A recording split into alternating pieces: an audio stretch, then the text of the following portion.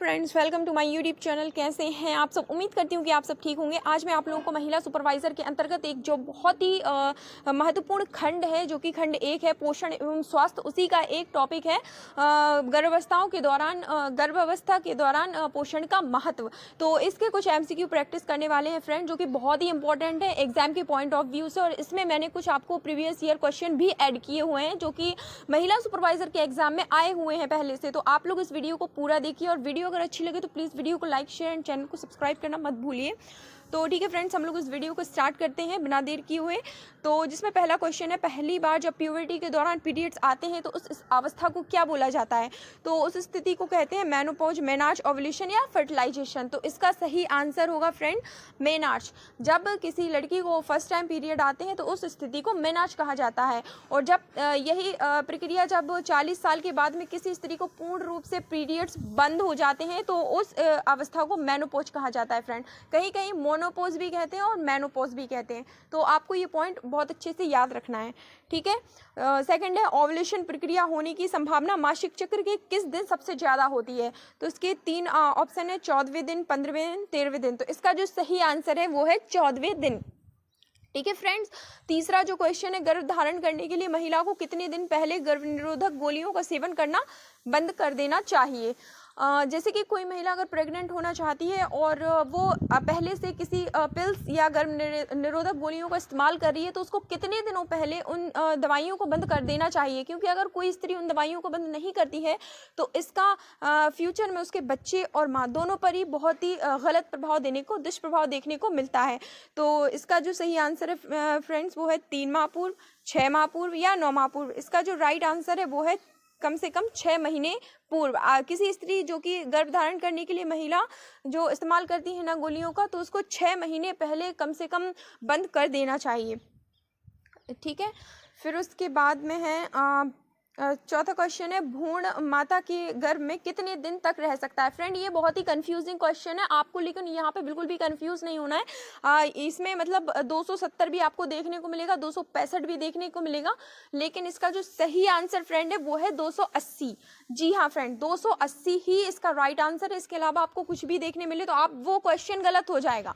आप लोग 280 ही इसका राइट आंसर लगाएंगे, ओके।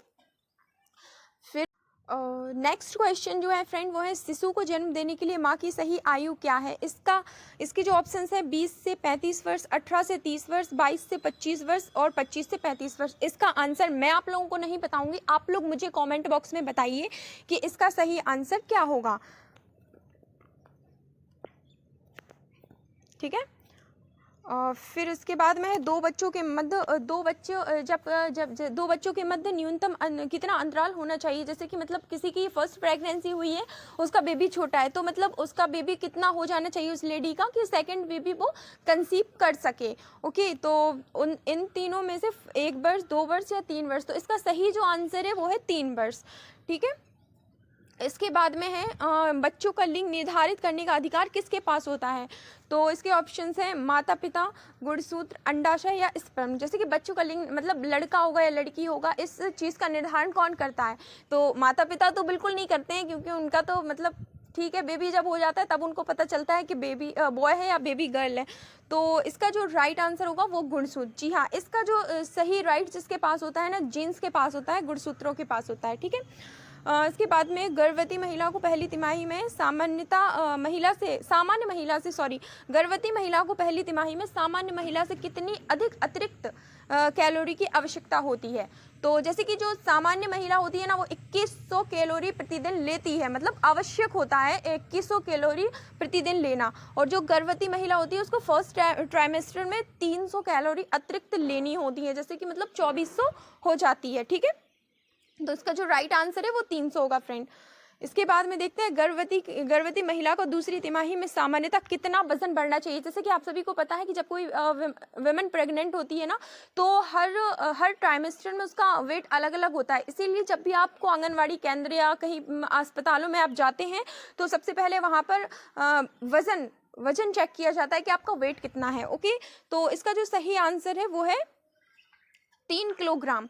ओके, सेकंड ट्राइमेस्टर में आपका जो वजन है ना वो 3 किलोग्राम तक बढ़ना चाहिए। जो फर्स्ट ट्राइमेस्टर होता है ना उसमें 1.5 किलो होता है, तो आप इसका डबल करके 3 कर सकते हैं और इसका डबल हो जाता है तो 6 हो जाता है। ठीक है, मतलब जो सेकंड ट्राइमेस्टर है उसमें आपका 3 किलो वजन बढ़ना चाहिए और थर्ड ट्राइमेस्टर में मिनिमम 6 केजी बढ़ना चाहिए। ना तो इससे कम होना चाहिए ना इससे ज़्यादा होना चाहिए। अगर ज़्यादा होता है तो भी आपको प्रॉब्लम होती है, प्रॉब्लम फेस करनी पड़ती है, और अगर कम होता है तो भी आपको प्रॉब्लम फेस करनी पड़ती है। ओके, तो ठीक है, फिर उसके बाद में ये बहुत ही इंपॉर्टेंट क्वेश्चन है फ्रेंड, जो कि आप लोग को देखना बहुत ही ज़रूरी है। इसका है, शिशु की सामान्य हृदय गति कितनी होती है? 110 से 150 प्रति मिनट, 120 से 160 प्रति मिनट, 150 से 170 प्रति मिनट, या फिर 50 से 100 प्रति मिनट। तो इसका जो सही आंसर है वो है 120 से 100। क्वेश्चन जो है वो हम लोग देखते हैं कि भारत सरकार ने जननी सुरक्षा कार्यक्रम कब प्रारंभ किया था? जो गर्भवती महिलाओं के लिए जो एक कार्यक्रम प्रारंभ किया गया था, जो कि जननी सुरक्षा कार्यक्रम के नाम से जाना जाता है, तो ये कब प्रारंभ किया गया था फ्रेंड? तो इसके जो ऑप्शन है 1 जून 2011, 1 जून 2010, 1 जून 2012 या 1 जून 2015। तो इसका जो राइट आंसर है वो है 1 जून 2011। ठीक है, इसके बाद में नेक्स्ट जो क्वेश्चन है वो है, प्रधानमंत्री मातृ वंदना योजना किस अधिनियम के तहत प्रारंभ की गई थी?